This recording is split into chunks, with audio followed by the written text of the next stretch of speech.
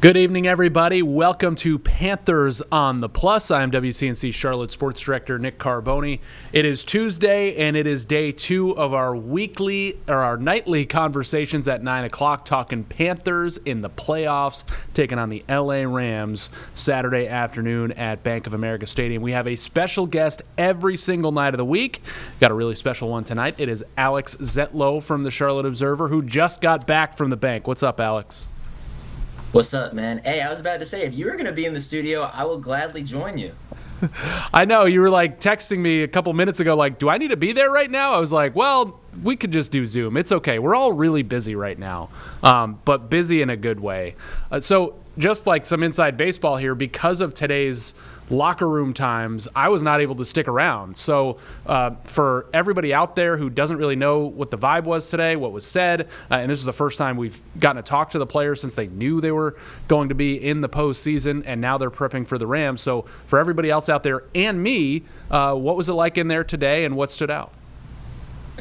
Yeah, it's a great question. I don't really know what I was expecting, full disclosure. I mean, this team hasn't been in the playoffs since 2017, hasn't hosted a playoff game since 2015. Dave Canales is a second-year head coach, hasn't been to the playoffs as a head coach. Obviously, Bryce Young also. So it's like there are all these things. That the Panthers actually have 7 Super Bowl winning players on their roster. And I think, and of those, there are like an additional 13 who have made the playoffs for other teams before. Obviously, only 2 have made the playoffs with the Panthers, and that's J.J. Jansen and Taylor Moton. So I say all that to say, this is like the most varied playoff experience group that in the NFL. So I was like, I really didn't know what to expect, and I was expecting some sort of like excitement, some elevated, I wouldn't say like delirium necessarily, because like, you know, it's been a couple of days since they made the playoffs, and it's not a game day or anything like that, but I was expecting something special.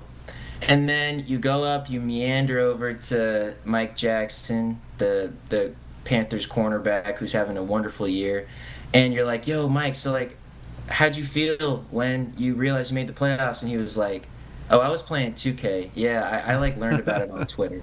And you're like, okay, well, maybe Mike Jack is just like this special kind of person who doesn't really look into anything. You go over to T-Mac, Tedero McMillan, rookie, and he was like, oh, yeah, I was watching a movie. And I'm just like, what movie was it? And he was like, I don't even remember.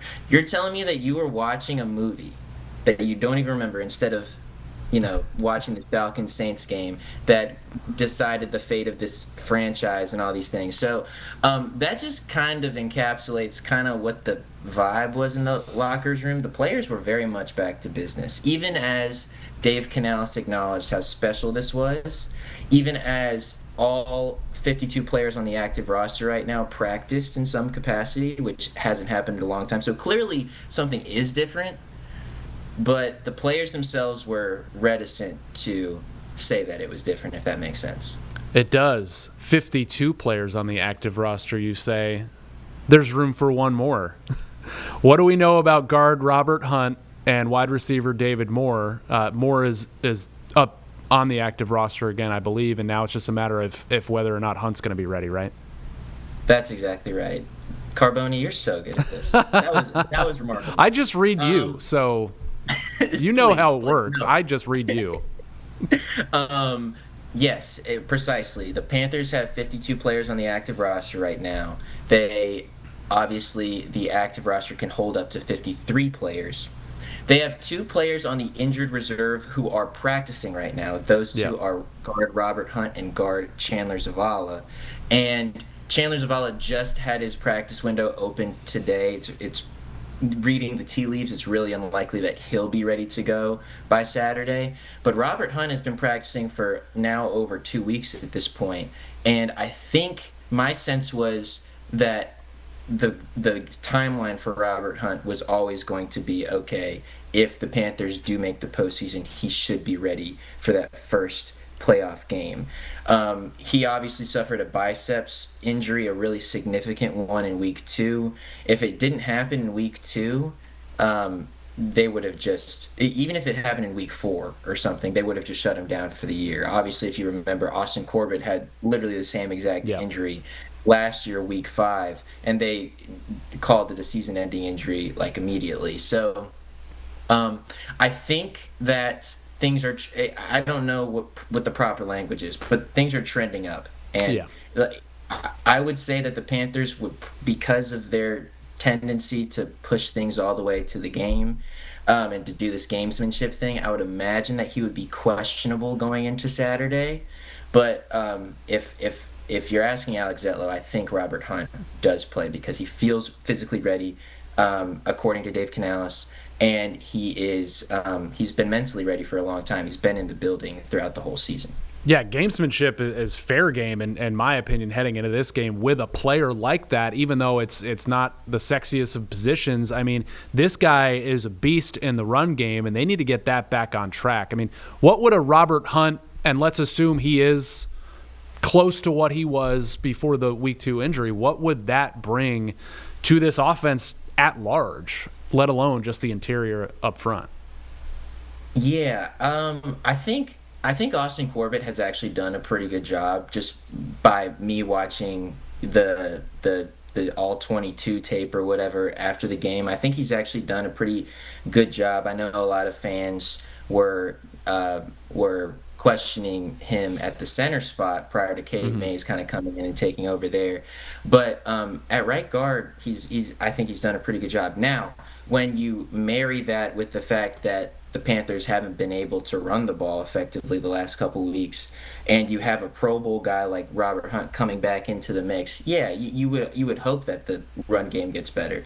Um, the run game can't really get any worse. Also, I mean, they averaged 1.4 yards per carry against the Bucks last week. They were slipping and sliding everywhere. It didn't matter if they had longer spikes on their cleats or what have you. Rico Dowdle is over 1,000 rushing yards on the year, but I don't think he's had over 60 in like several weeks. Chuba Hubbard similarly has struggled in the run game. I don't. I mean, to answer your question, adding someone like Robert Hunt back into the starting lineup can only be a positive, especially if he's fully healthy. But I wonder if this run game stuff is more than just players executing. I wonder if it feels like it's a broader problem, perhaps a scheme problem, perhaps going up against good defensive lines and all these things. So, and it's interesting. The Panthers haven't run the ball well since week 13 against the Los Angeles Rams, when they were able to dominate time of possession, be really good on third down, keep the ball out of Matt Stafford's hands. So, I mean, hey, no better time to get back on track. Could it be any sort of predictability from a play calling standpoint? I mean, this is the identity the Panthers want to establish, and it seems like they do have certain tendencies of when they want to run the ball, and they're very stubborn about it, which sometimes can be a good thing. But obviously teams have kind of keyed in on it. Yeah, I think you nailed it spot on. I mean, if you look at the trends of the season, yes, at the beginning of the year there was some difficulty trying to manage carries for both Chuba Hubbard and for Rico Dowdle, but then Rico really splashed not only when he got the lion's share of the carries and could kind of feel the game out, but also when teams didn't really know what to expect from Rico. I think that's a really fair thing to say. When you don't know a team's identity, it's harder to game plan for them. Just simply said. And it also helped that Rico got going against some of the worst rush defenses in the league as well. But yeah, I think there is a play calling thing there. But I'm not someone who is going to, be able to go line for line and say, okay, Dave should have called this, Dave should have called that. That's not my strength. But I think what you're saying is very true. Quickly before we go to break, David Moore being activated after his own long stint on injured reserve, what role could he potentially play Saturday, do you think? He could play special teams, could be a really important player in special teams from a gunner perspective. I don't see him being one of the guys, one of the What I mean, he could get in for several series, like on the field playing Yeah. at the wide receiver spot, but I don't expect him to take reps from Jalen Coker, not from Xavier Legette, and certainly not from T-Mac. That's where I would see him. I actually talked to him today. The reporters talked to him today, and it was interesting. He talked about how the injury that he sustained kind of made him step back and really appreciate what this wide receiver room has done. And he concluded it by saying, and maybe I'm just splitting hairs here, but he concluded it by saying, I'm excited to watch them on Saturday. And that's very interesting. Yeah. I mean, maybe that's Alex looking too deep into something. No, Maybe I mean, I think it seems like underlying there's, he may not be the plug him in the slot and Bryce is hitting him on third down that everybody kind of wants to see again out of him. But, that's probably asking a lot at this point, and they've got other guys out there. Yeah, that's how I see it too. All right, Alex Zetlow from the Charlotte Observer. We're going to have much more with him. Can this Panthers team, can Bryce Young, can Dave Canales meet the moment this Saturday against the LA Rams?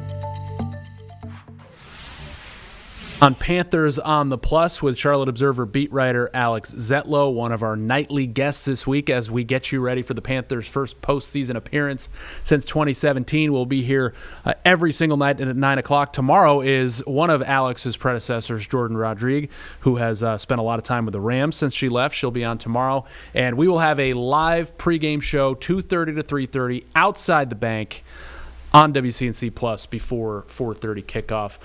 Alex, you are one of the hosts of one of my favorite podcasts this year talking about the Panthers, Processing Blue, and I think you're smiling because you know that I tend to watch it while I'm doing things I hate. I think I listened to a whole episode standing in a rental car counter line. Holy moly, Denver Airport. You got to fix that. A lot of diaper changes recently have come while listening to Processing Blue. Processing Blue. That's right. But I do love it. You guys are great. And your buddy Mike Kay alluded on Twitter before I came to the microphone here to some sort of special guest. I will wait and see who it is unless you want to break that news here. But it sounds fun, so I can't wait to listen. When is that coming out? That is coming out tomorrow morning. Morning. Great. Diaper time, buddy. No, yeah, we're talking, crack of dawn morning. So feel free to get woken up by your beautiful new child. I will be up before dawn. I can promise you that. You mentioned and it was a very interesting point in our first segment, Alex, about this isn't like, you can't just call this like a young team. You can't call it a veteran-laden team. You kind of gave us your sense of the somewhat business-like approach, like not just like a bunch of young guys that don't know what the situation is. Like, what's your perspective on whether how special this team knows this opportunity is, especially in year 2 of this all coming together? So I don't know why this is coming to mind when you ask me that question, but when I was a very young reporter at the Rock Hill Herald, I and remember. was covering, I remember.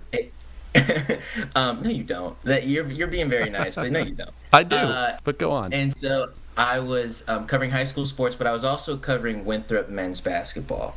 Yep. And the head coach over at Winthrop was this guy named Pat Kelsey.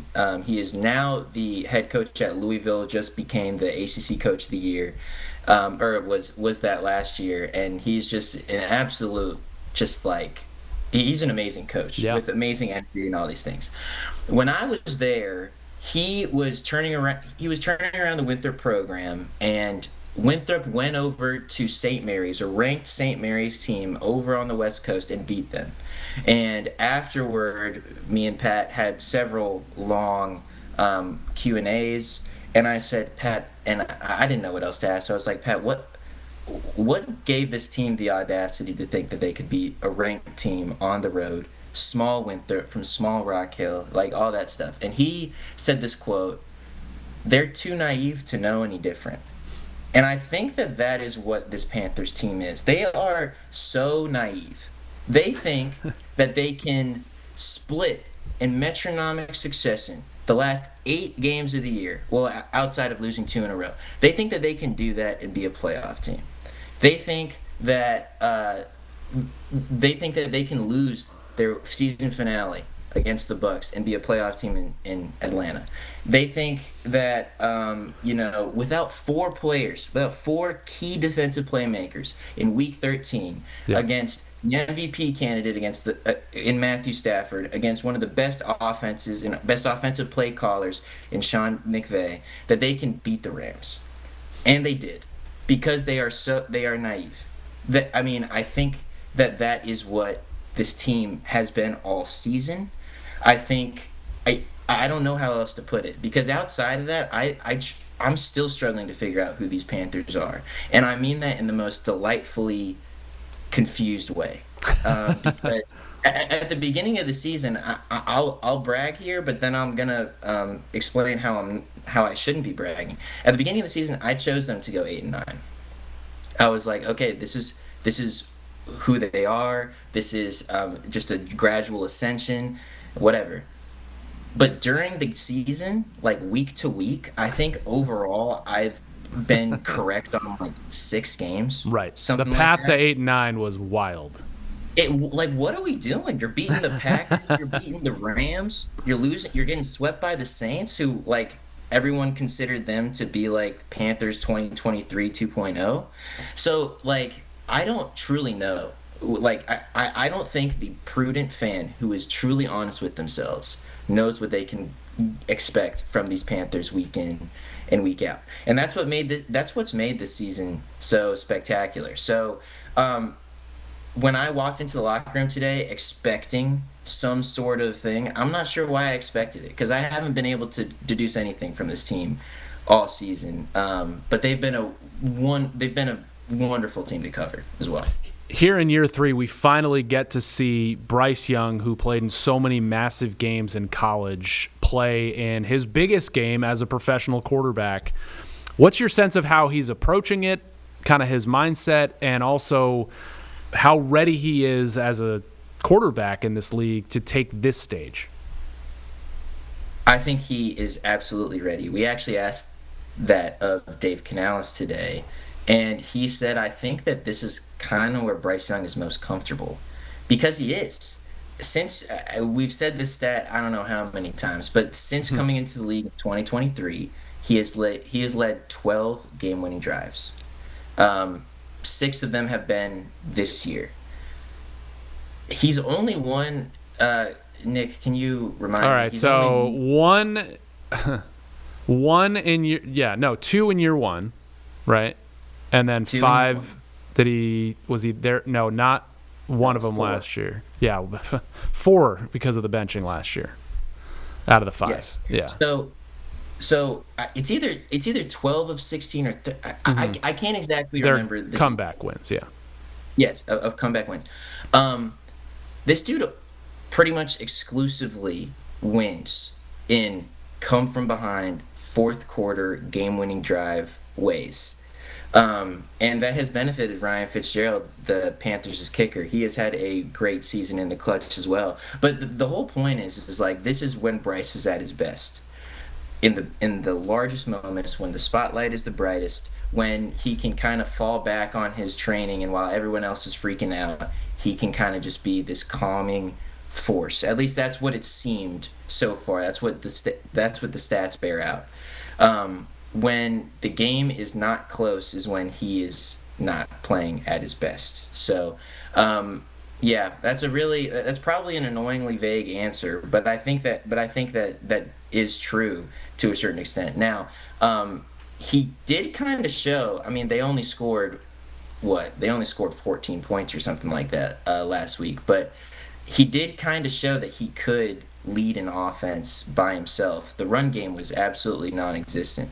So he threw for over 200 yards. 266, yeah. 266, which is more than he has in pretty much most the rest games, of the season. Mm-hmm. So he's shown that he can kind of put this offense on his back when required, and he can also use his legs too. I think that we're going to see a really good Bryce Young this weekend. Now, will everyone else be really good against a really motivated Rams team, against a Rams offense that has some licks to get back after a 3 turnover performance in Charlotte a couple weeks prior? That's still to be determined, but I think Bryce is due for a really good game. All right, can the Panthers beat the Rams twice in one season? Can Dave Canales beat Sean McVay twice in one season? We're going to have one final segment with Alex Zetlow from the Charlotte Observer coming up in 2 minutes.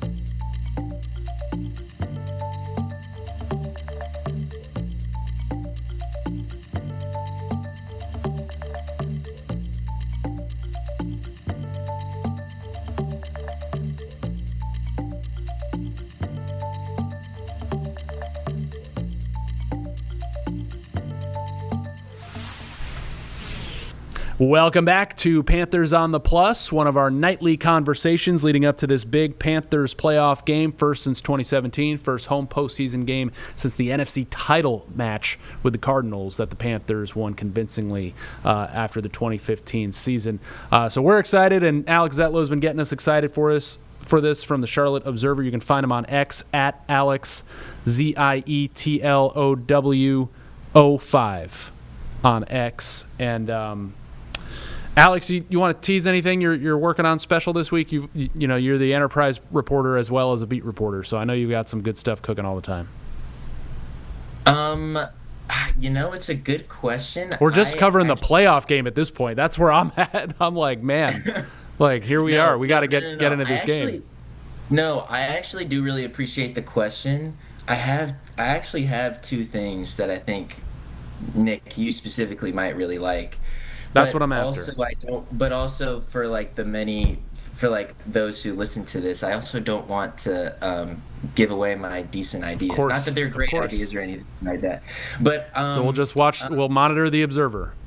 Yeah, just monitor and the your Observer. social media account. Also, I do want to say thank goodness that you had me on before Jordan Rodriguez. Holy moly! If I had to follow her, are you kidding me? Hey, you're following in her footsteps right now at the Observer and doing a great job. So we'll be calling a favor in from you in 5 years. I want to get to the coaching matchup because it's not often a second-year head coach gets the best of Sean McVay in the situation Dave Canales did.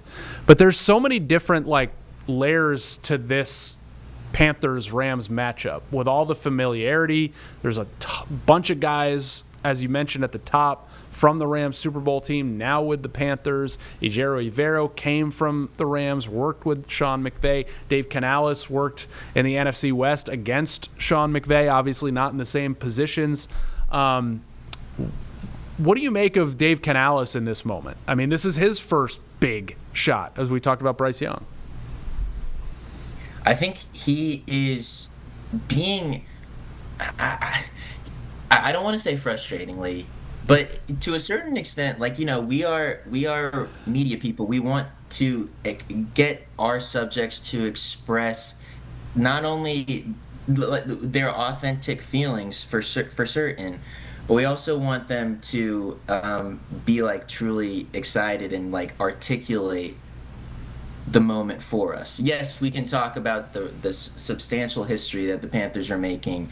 Yes, we can do this. Yes, we can do that. But when a player or a coach truly explains what this moment means to them, that is really special. That's where we can do our jobs and really elevate stuff. And Dave Canales is just frustratingly being yeah, it's another game. He has, in his mind, I swear, he truly thinks that the Panthers have been in the playoffs for 8 weeks. I know. I want to be like, Dave, you have to win consecutive weeks in the playoffs. But I get his approach, and it's a consistent approach that, yes, probably drives us nuts, but it works for them, obviously. So, but wouldn't it also be exhausting too? Wait, we're in the playoffs for 18 weeks. Yeah. So, he has kind of let us in a little bit. After the Falcons Saints game, we hopped on a phone call with him, and he explained how he was watching the game with his family, and how after the game he heard all this cheering in the neighborhood, so he and his family went out to the front yard and people were cheering in front of him. That's something Ron Rivera was beloved for things like that. I really liked that he shared that on Sunday. Yeah, that was sick. But I think Dave is prepared for this moment. Yes, he's a second-year head coach. Yes, I know he's 44 years old. Yes, I know he doesn't have a ton of experience calling plays, and that the rest of his coaching staff is quite young. Brad Idzik was literally younger than some players, at least one player prior to Adam Thielen leaving. And so I understand that there's this idea of youth on the team, but Dave's been in the NFL for 16 years. He spent 13 of those years with Pete Carroll. And he's been to 2 Super Bowls, so he kind of knows the deal, and that's it's an interesting marriage of he's figuring things out, but he also kind of knows the game more than I think he gets credit for. And by the way, I have these guys pulled up now. 7 Super Bowl winners, right? As you said, Austin Corbett, Bobby Brown, Ashawn Robinson, Christian Roseboom, Robert Rochelle, Nick Scott, all with the Rams, and then you got Turk Wharton, who's won a Super Bowl with the Kansas City Chiefs. This team is ready. I don't know how I don't know